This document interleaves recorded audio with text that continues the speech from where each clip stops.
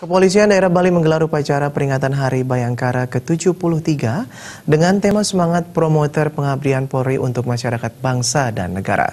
Kegiatan tersebut dihadiri oleh 1.849 personel gabungan dari TNI dan Polri yang bertempat di lapangan Niti Mandala Renon, Denpasar.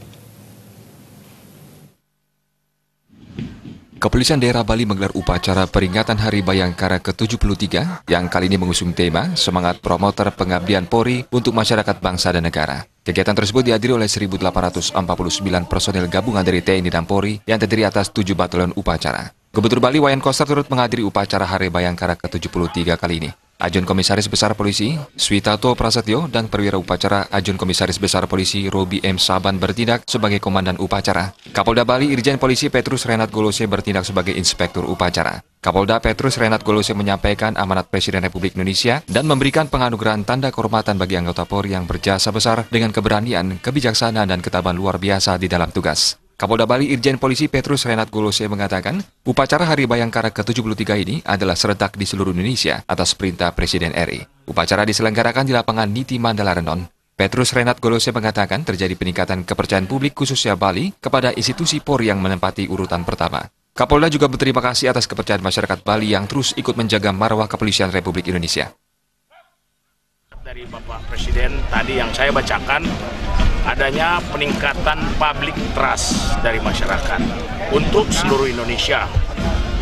Khususnya di Bali, saya berkali-kali saya sampaikan, tetapi ini yang terpenting bahwa kalau di tingkat nasional kita nomor 3, di Bali sesuai survei, jadi bukan menurut saya, survei yang dilakukan baik Universitas Udayana, Universitas Indonesia, dan juga Mark Plus yang dipakai oleh Mabes Polri, kita institusi tingkat kepercayaan kepada institusi Polri menempati urutan pertama.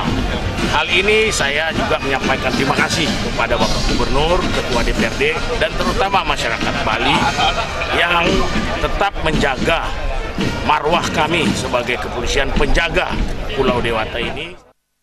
Sudah 3 tahun kita tidak ada namanya Laskar Bali, Baladika, Pemuda Bali.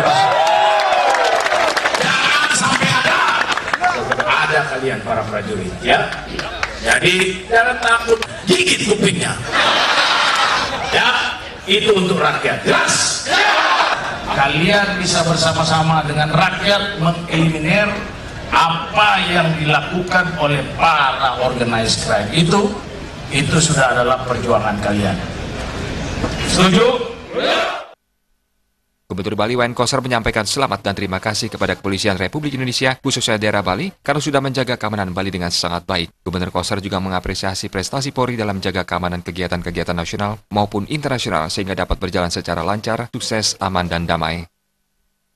Apa yang dilaksanakan oleh Bapak Kapolri untuk menjaga keamanan dan kenyamanan masyarakat Bali itu satu prestasi.